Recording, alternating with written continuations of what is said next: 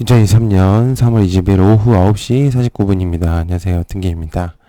네, 22자 장 마감됐는데요. 장은 좀 나쁘지 않았는데 막판에 그 전체적으로 좀 하락이 막 나왔거든요. 이유는 딱 하나인 것 같습니다. 미국 증시가 시작하기도 전에 문제가 조금 나왔고요. 일단 앞서 이제 설명을 드릴 내용들이기 때문에 일단 그거를 좀 참고해서 보시면 좀 도움이 되실 것 같고요. 우측 상단에 광고 받고 있습니다. 메일 주시면은 광고 주시면 열심히 할 테니까요. 문의 주시면 감사할 것 같고요. 자, 일단 선물은 0.19%로 상승하고 있는데 왜 오르는지 모르겠습니다. 저는 솔직히 이유를 잘 모르겠고요. 글쎄요. 뭐 이유가 저는 딱히 잘 어떤 이유를 특정하게 낼 수가 없습니다. 이유는 크레, 크레디트 스위스가 장 시작 전부터 마이너스 5.56%까지 지금 떨어지고 있는 상태거든요. 과연 이게 지금 버틸 수가 있을런지가 정말 의문입니다. 굉장히 좀 큰 사태라고 볼 수가 있겠고, 이게 지금 아주 이례적인 일이거든요, 사실은. 이게 다 정말 생각지도 못했었던 부분에서 폭탄이 터졌기 때문에 정말로 이거는 미국 증시뿐만 아니라 홍콩 아시아권들도 전체적으로 다 영향권이 있다는 거. 기술주들의 중심적인 은행이었기 때문에 파산이 나온다면은 전체적인 종목들이 하락이 나올 가능성이 높습니다. 시총이 높은 종목들에 대거 하락이 나오고 있으니까요. 그래서 일단 그렇고 있고, 금 선물은 좀 상승을 하고 있는 상태입니다. 금이 조금 상승을 하고 있는데 생각보다 그렇게 많이 올라가고 있는 측은 아닌 것 같아요. 그래서 일단 좀 뭐 확인은 해봐야 되겠지만 안전자산을 좀 부각이 되고 있는 현재 시점이기 때문에 일단 금은 좀 지켜봐야 된다고 생각을 하고, 그 다음에 증시가 안 좋아질 것을 대비를 해서 좀 은행주들, 어차피 금리는 일단 상승을 시켰었기 때문에 은행 관련주들은 좀 봐는 게 좋을 것 같다는 생각이 듭니다. 그래서 안전자산인 금과 그 다음에 은행, 비트코인 정도로 압축을 해볼 수가 있겠는데, 일단 퍼스트 리퍼블릭 뱅크 같은 경우도 지금 마이너스 17%로 이제 개장 전에 프리 시장에서 진행이 되고 있거든요. 굉장히 큰 시점이라 좀 공포가 진짜 올 수도 있다는 생각입니다. 매우 좀 무서운데 일단 정리해 보겠습니다. 일단 3월 21일 화요일 종목 및 이슈 정리. 자,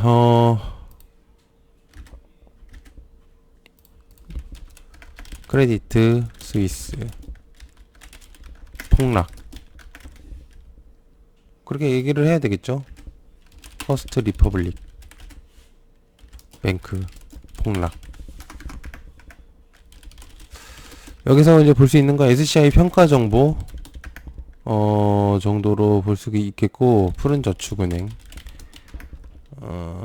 아닙니다. 하나만 하죠.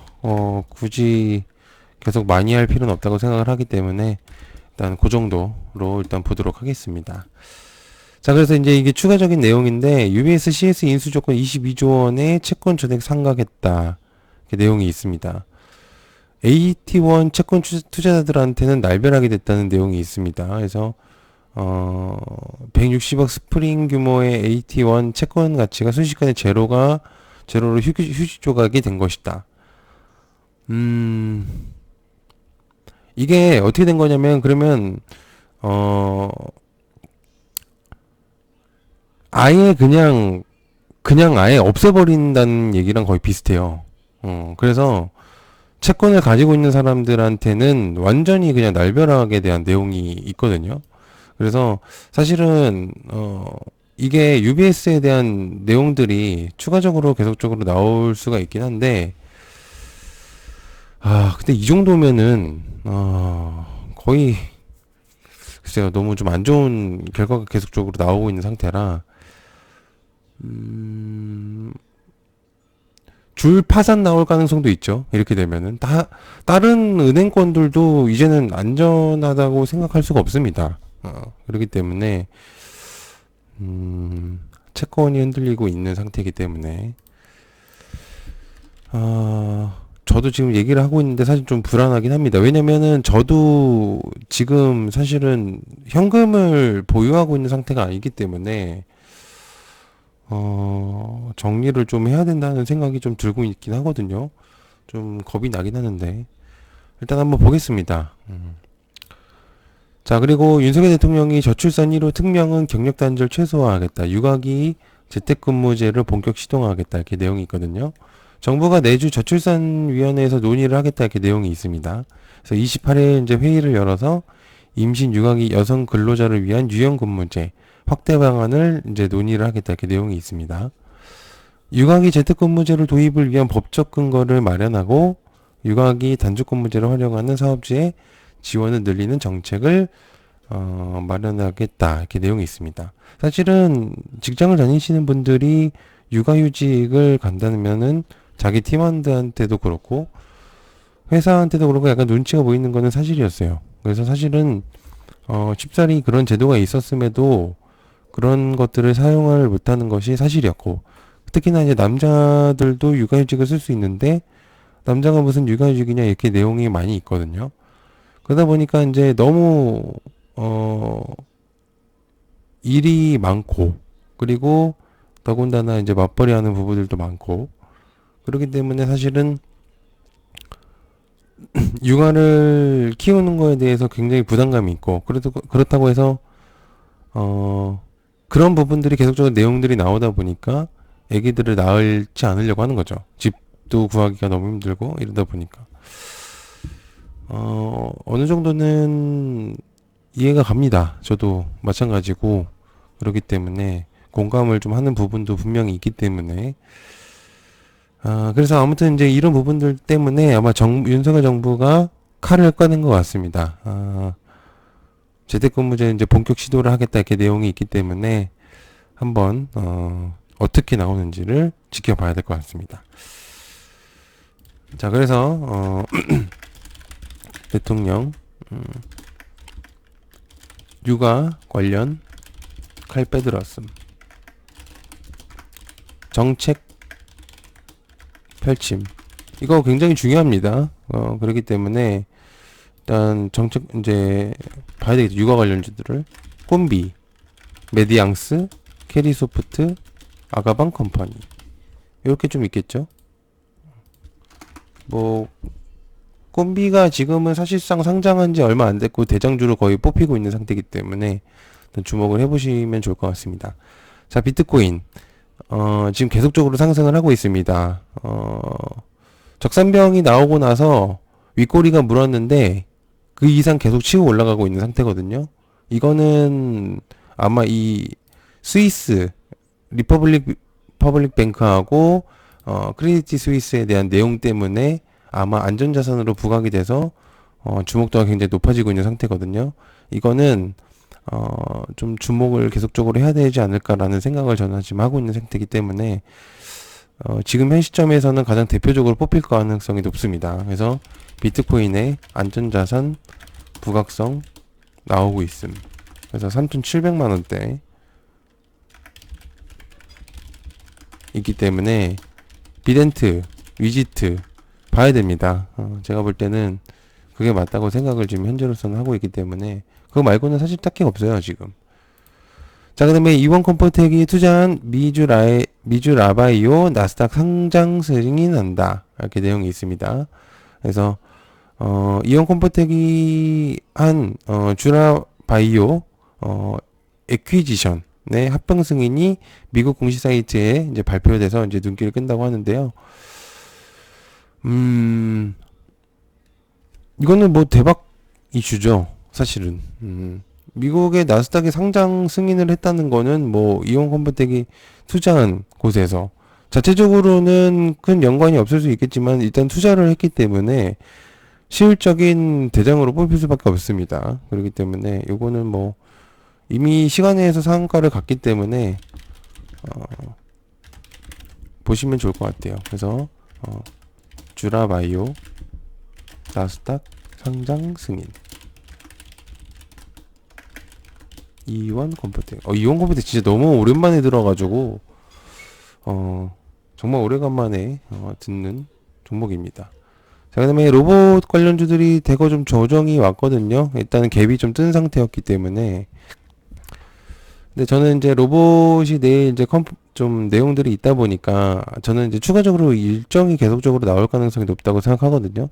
재료 매매를 하는 제 생각은 좀 안정이 되면 로봇은 제2의 AI가 챗봇이 될 가능성이 매우 높다고 생각합니다.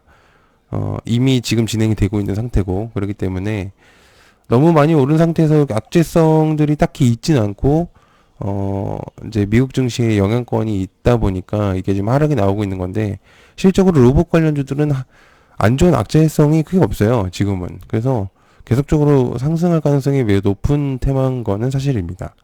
그래서 이거는 계속적으로 보셔야 된다는 생각이기 때문에,